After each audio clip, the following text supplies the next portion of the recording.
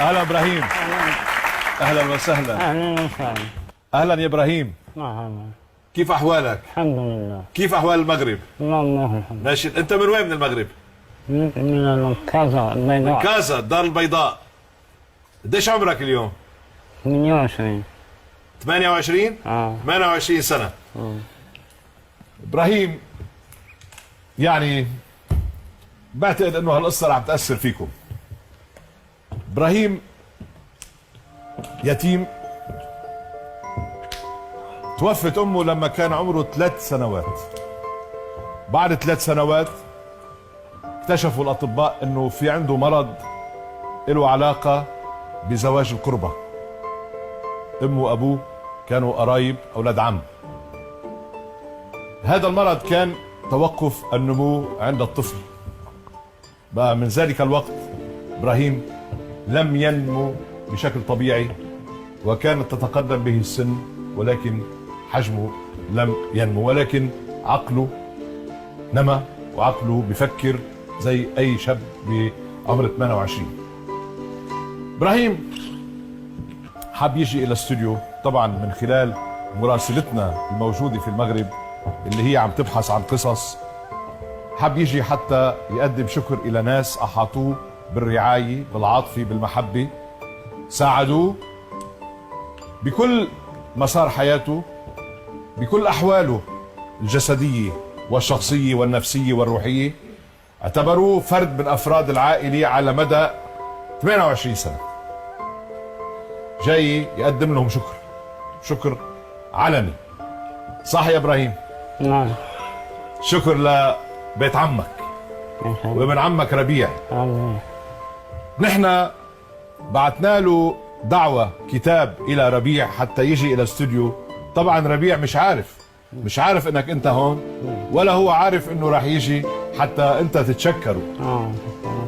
فخلينا نشوف إذا كان ربيع تسلم الدعوة وقبل الدعوة وسيأتي من كازا إلى استوديو. طلع بالشاشة هنا.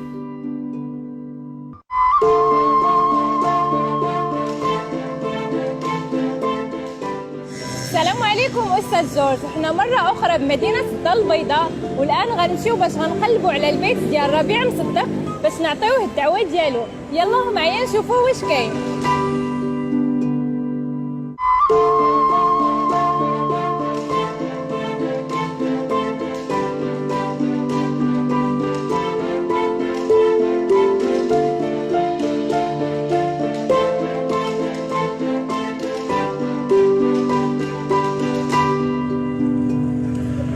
الآن قربنا للدار ديال ربيع مصدق.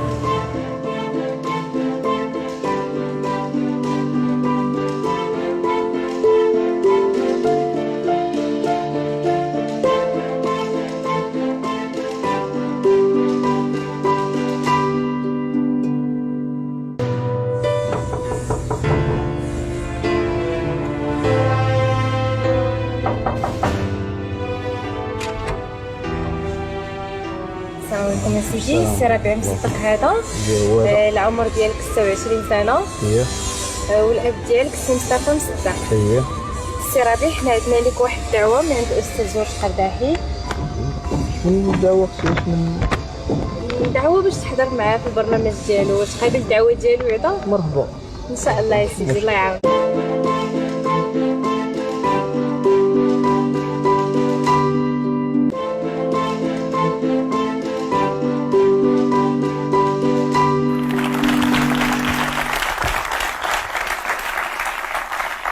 إذا رسالتنا إلى ربيع وصلت، وبنشكر كمان مراسلتنا هناك أو نسميها ساعية البريد اللي هيك حبت تفرجينا شوي الدار البيضاء وجمال المغرب. على كل حال ربيع صار هون، معناها ربيع موجود في الخارج. بس بذكركم إنه هذه القصة مش قصة تسامح ولا طلب السماح ولا الاعتذار ولا المصالحة ولا شيء، هي قصة وفاء. إجا هذا الشاب إبراهيم مصدق، إجا من المغرب حتى يقول شكرا لعائلة حضنته، هي عائلة عمه بشخص ابن عمه ربيع. بقى بنستقبل ربيع.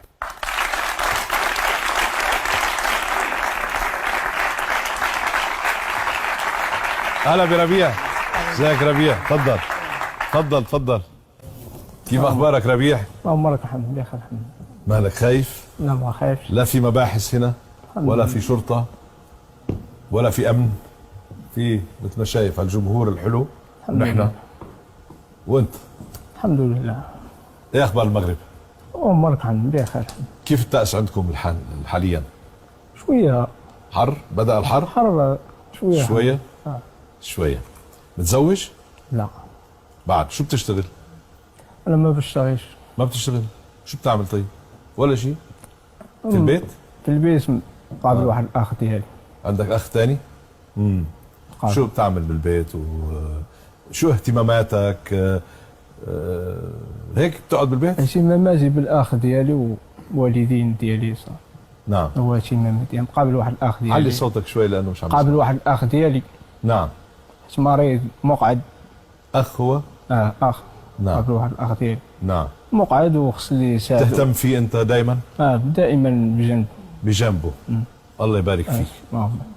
اهتم به كان بحال ما كان بغى شي حاجة. نعم. كنماطي عليه بغى شي حاجة يعوم، بغى شي حاجة مثلا يمشي أنت كل شيء. كلشي.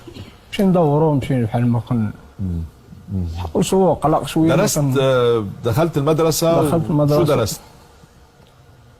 درست المدرسة ابتدائية. ثانوية؟ ثانوية ابتدائية. رحت على الجامعة؟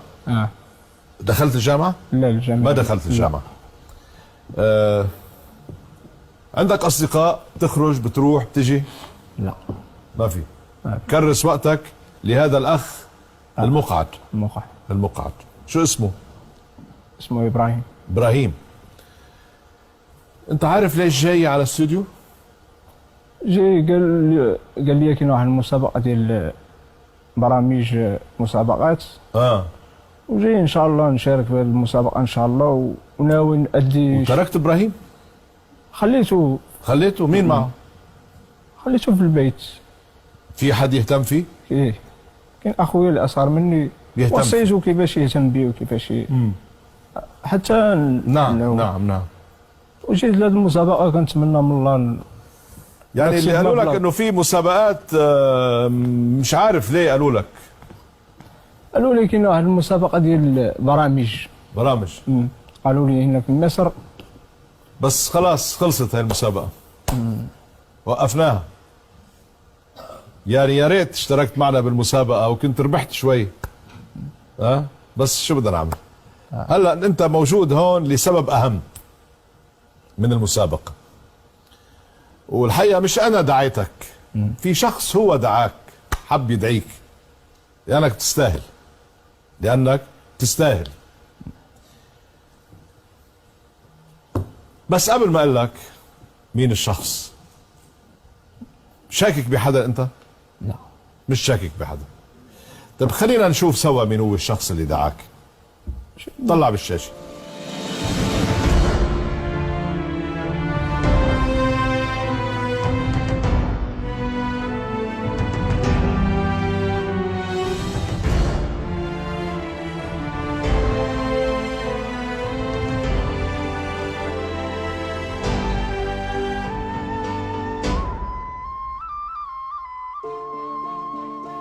ربوع، انت انسان عظيم، انت بتستاهل كل خير.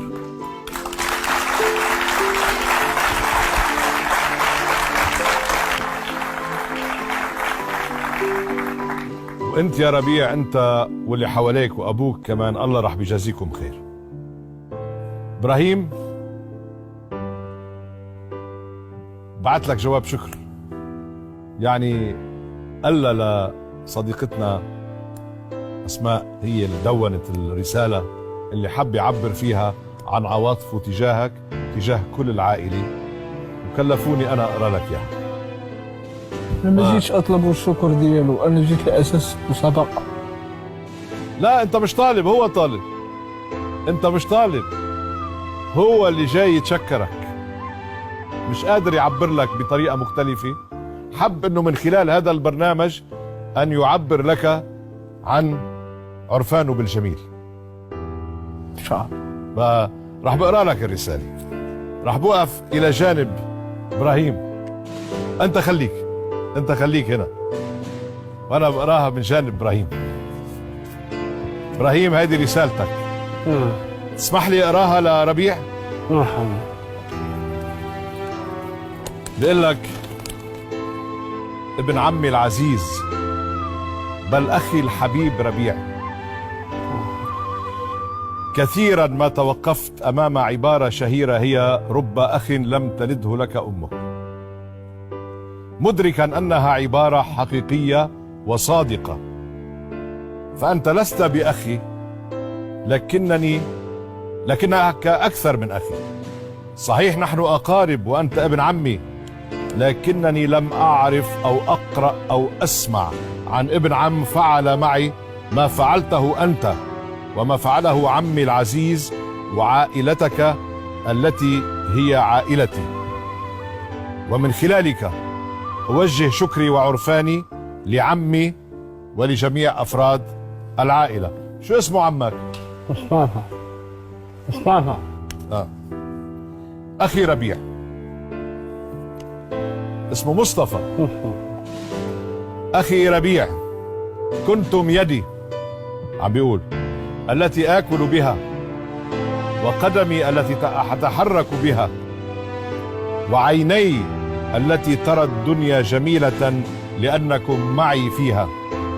لم تتركوني ولم تملوا مني ولم تهجروني كما قد يفعل البعض، أو تلقون بي لدار رعاية خاصة بعيدا عن حضكم وحبكم الذي عوضني عن كل شيء.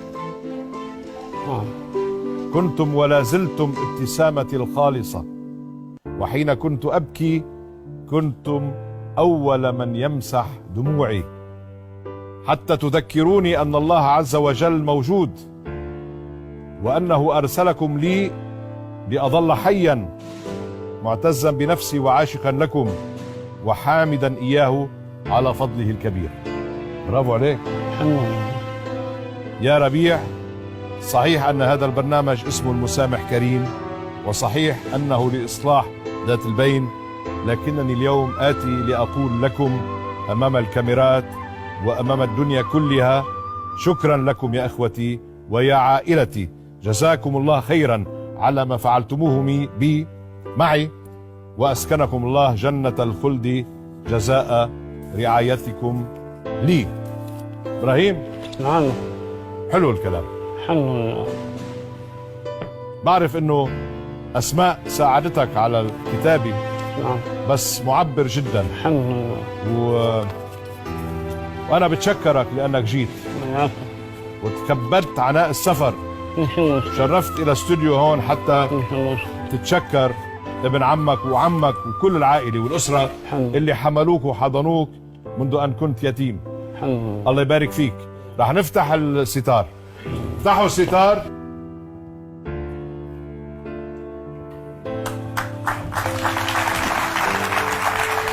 هو موجود هنا. هو موجود هنا.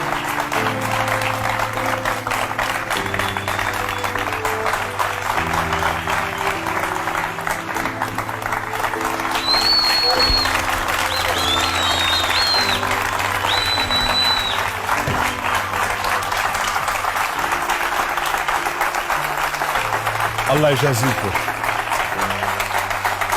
والله يعطيك قد نيتك وإيمانك.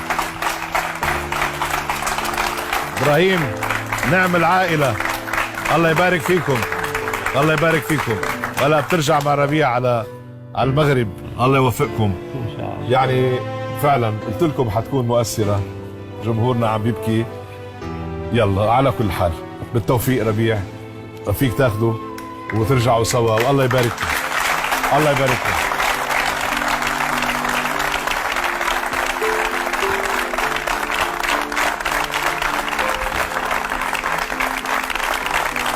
والله انا شايف الشباب بجمهورنا عم يبكوا اكثر من السيدات.